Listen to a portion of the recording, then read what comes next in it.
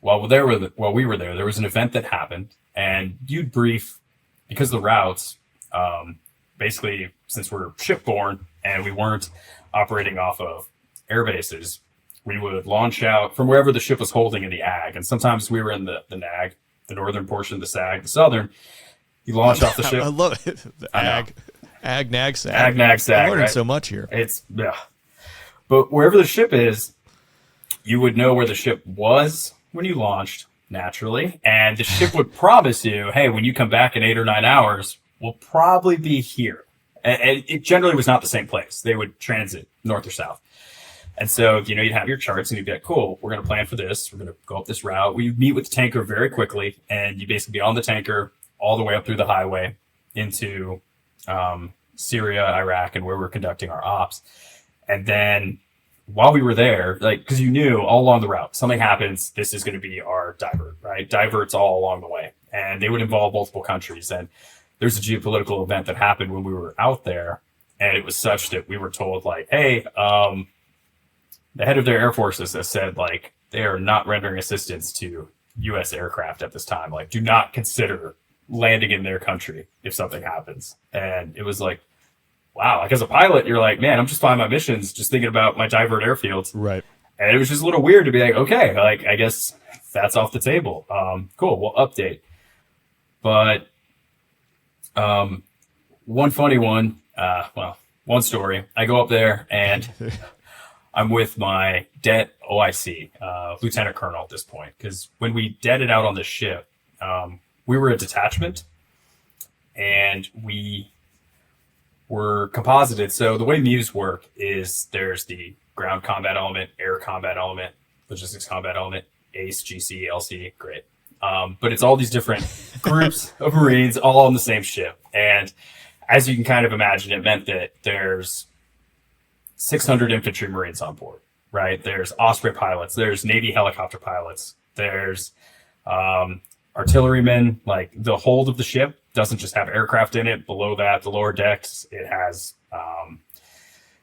LAVs inside of it, AVs, used to transitioning a little bit with that. But it's stuffed to the brim with all different manners of Marine Corps troops and equipment, because the Marine Corps is obviously very infantry and ground centric. So when you think of the LHD, and I was on the Macon Island, it wasn't just, it's easy to look at it. It looks like a little aircraft carrier.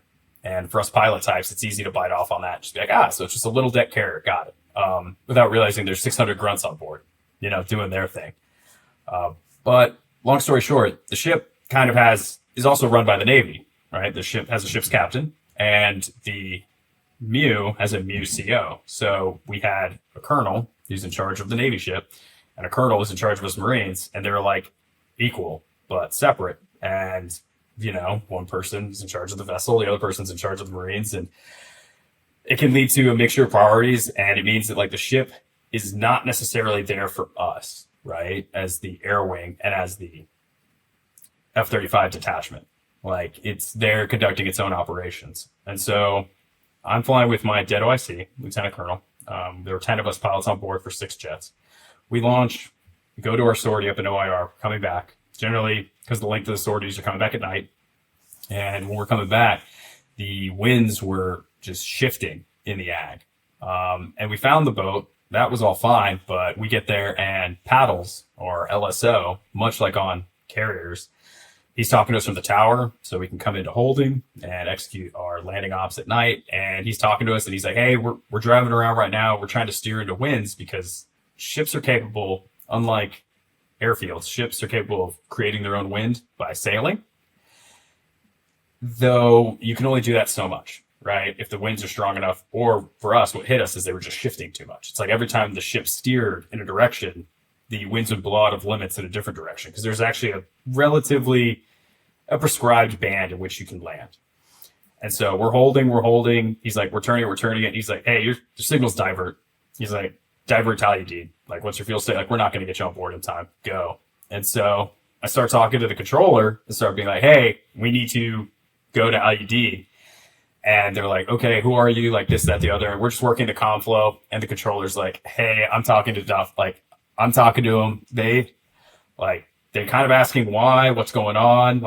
And she was kind of insinuating, she's like, if you said a certain word, it would really help me. And I was like, no, not yet. Min fuel. We need to get over there. And just doing this back and forth, like, won't switch us to approach control, even though we're like 50 miles away. We're like right there. And we're talking. Yeah. And then eventually it's like, hey, they want to know, do you have any weapons on board? I'm like, yes. It's like, what kind of weapons? I was like, missiles and bombs, man. Both aircraft. Like, we're loaded. And long story short, we ended up getting in there. It's a non-issue once we get all the conflow and the tenseness over it. But we're like landing and thankfully we got hooked up. Like the guys working like the Val line equivalent out there, like those dudes, awesome contractors showed up, helped us out. And they were asking, they're like, wait a minute, like, where did these planes come from? Like, what is this on like your tails? Cause we actually have the ship on our tails. And I was like, yeah, we're from, I didn't know that. Yeah, we're from the Macon Island. And they're like, what's that? And I was like, it's a ship like over there. And they're like, you guys came from a ship? It's just weird because they're used to, plenty of not used to that. No, and plenty of Marine units, they like have dirt deaded out to the Middle East.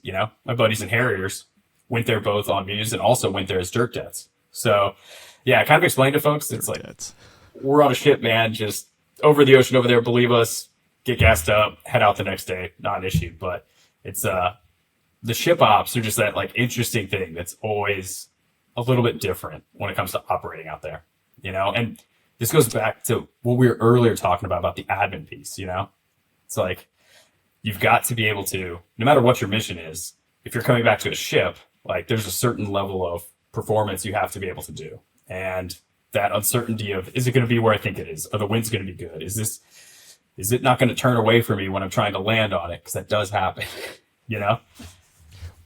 Well, it's something that's so basic as this. So I had Tally on the podcast, one of the early ones, and then Tally and Poker. Poker's our weapons officer. They both have fuel issues over Syria. It's like back to back, and they're like, all right, I can't remember if it was, I think it was Poker had the more serious one. They're both serious, with fuel, but they ended up diverting into Saudi Arabia. But it's a field that we had the airport diagram for with some frequencies on, and it was like a no kidding, like it's a piece of concrete out there, so you really like you need it if you're going there.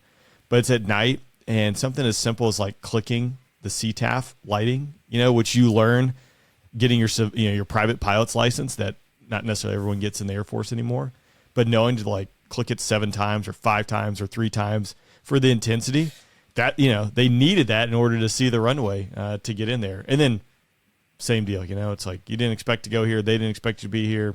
You got bombs in your jet. It involves the State Department and all sorts of stuff. Oh, yeah. To get these jets turned around and get them out of there. Get them fixed and get them out of there. Dude, spicy. It can be real spicy real quick.